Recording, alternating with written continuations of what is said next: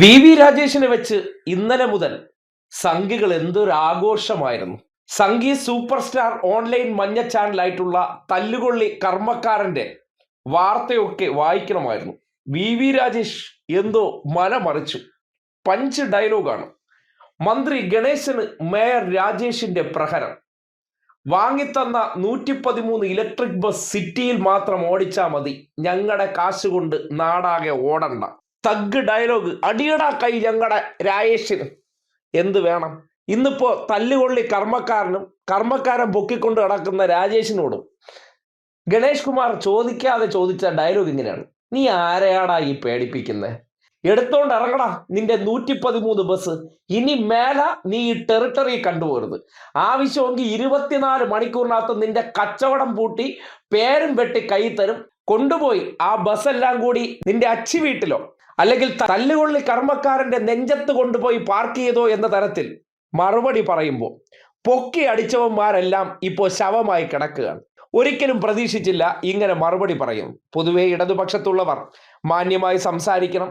പ്രതികരിക്കുമ്പോൾ ജനങ്ങളോടാണ് പ്രതികരിക്കുന്നത്.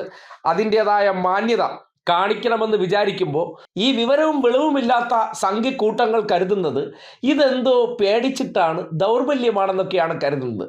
അതുകൊണ്ടാണ് ഇന്നിപ്പോ വിവരക്കേട് തട്ടിപ്പോക്കി എന്തോ ഒരു വലിയ സംഭവമായിട്ട് ഞങ്ങളുടെ മോഡിജി തന്ന നഗരസഭാ ബസ് അത്രേ, മോഡിജിയുടെ വീട്ടിൽ നിന്ന് പൈസ എടുത്തുകൊണ്ട് തന്നോ? അല്ലല്ലോ. ഈ നാട്ടിലെ ജനങ്ങൾ കൊടുത്ത നികുതി പണം അതിൻ്റെ ഒരു വിഹിതം, അതായത് സ്മാർട്ട് സിറ്റി പദ്ധതി പ്രകാരം 60:40, 60% സംസ്ഥാന സർക്കാർ, 500 കോടി സംസ്ഥാന സർക്കാരിൻ്റെയും സംസ്ഥാന സർക്കാർ നഗരസഭകൾക്ക് കൊടുത്ത 130 കോടിയും ചേർത്ത് 630 കോടിയാണ് ഈ സ്മാർട്ട് സിറ്റി പദ്ധതിയിൽ സ്വന്തം നാട്ടിലെ നികുതിപ്പണം എടുത്ത് ഇതിനു വേണ്ടി സംസ്ഥാന സർക്കാർ ചെലവഴിച്ചത്. മോഡിജിയുടെ വീട്ടിലെ അടയ്ക്ക പറിച്ചും അല്ലെങ്കിൽ തേങ്ങ അടത്തും കൊണ്ടുവന്ന പണമെന്നുള്ള രീതിയിലാണ് ഇവിടെ അവതരിപ്പിച്ചത്. എന്ത് വേണം? അണ്ണാക്കി പിരിവെട്ടിച്ച മറുപടിയാണ് പറഞ്ഞത്. നീ വേല ഇറക്കിയ അത് നീ പണി മേടിച്ചിട്ടേ പോകൂ എന്ന രീതിയിൽ മേയറെ പൊക്കി അടിച്ചുകൊണ്ടിരുന്നവന്മാർക്ക് എല്ലാം കൂടി അണ്ണാക്കി തന്നെ കൊടുത്ത മറുപടിയിൽ ഒറ്റ കാര്യമേ ഉള്ളൂ: ഇങ്ങനെയും മറുപടി പറയാൻ അറിയാം. മാന്യത കാണിക്കുന്നിടത്ത് വന്ന് ഊളത്തരം കാണിച്ചതിന് ശേഷം വലിയ ഹീറോയിസം ഒന്നോ ഏതെങ്കിലും മഞ്ഞ ഓൺലൈൻ കറക്ക് കമ്പനികളെ കൊണ്ടുവന്നിട്ട് 5-6 ഡയലോഗുകളും പുകഴ്ത്തിപ്പാടലും കാണിച്ചാൽ കുറച്ച് സംഖ്യകൾക്ക് ഹരം വരുമായിരിക്കും.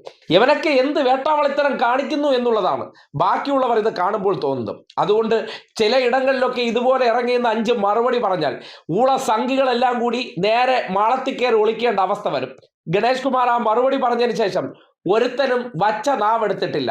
എല്ലാം പവനായി ആയ അവസ്ഥയാണ്. അതുകൊണ്ട് സംഘികളെ വാഴ്ത്തിപ്പാടാനും പൊക്കി അടിക്കാൻ വേണ്ടി പർച്ചേസ് ചെയ്തിരിക്കുന്ന തല്ലുകൊള്ളി ഓൺലൈൻ മാധ്യമക്കാരോട് പറയാനുള്ളത്: പോയി തരത്തിൻ്റെ കൂടെ കളിയട, ഇവിടെ വന്ന് വേല ഇറക്കാൻ നിൽക്കണ്ട, അതങ്ങോട്ട് വർക്കാവില്ലെന്ന് മാത്രമേ ഗണേഷ് കുമാറിന്റെ മറുപടിയെ മുൻനിർത്തി പറയാനുള്ളൂ. കൃത്യമായിട്ടുള്ള കണക്കുകൾ പ്രകാരം കൊടുത്ത മറുപടി അത് സംഘികളെ സംബന്ധിക്കുന്നിടത്തോളം പരിചിതമല്ലാത്ത കാര്യമാണല്ലോ. എവിടെയെങ്കിലും പോയി എന്തെങ്കിലും പൊട്ടത്തര എടുത്തുകൊണ്ട് വന്ന് വിളമ്പുന്നതിനപ്പുറം കണക്ക് അല്ലെങ്കിൽ വസ്തുത എന്ന് പറഞ്ഞാൽ അലർജി ആയിട്ടുള്ളവരാണല്ലോ. അതുകൊണ്ട് ഗണേഷ് കുമാറിന്റെ വാചകം ഒറ്റയടിക്ക് വി രാജേഷിന്റെ അവസ്ഥയെന്ന് പറഞ്ഞാൽ ആ KSRTC ബസിന്റെ ടയറിന്റെ കാറ്റഴിച്ചു വിട്ടാൽ എന്തായിരിക്കും അവസ്ഥ, അതുപോലെ ഒരു സൈഡ് ചരിഞ്ഞ അവസ്ഥയിലായി മാറി എന്ന് വേണം പറയാൻ.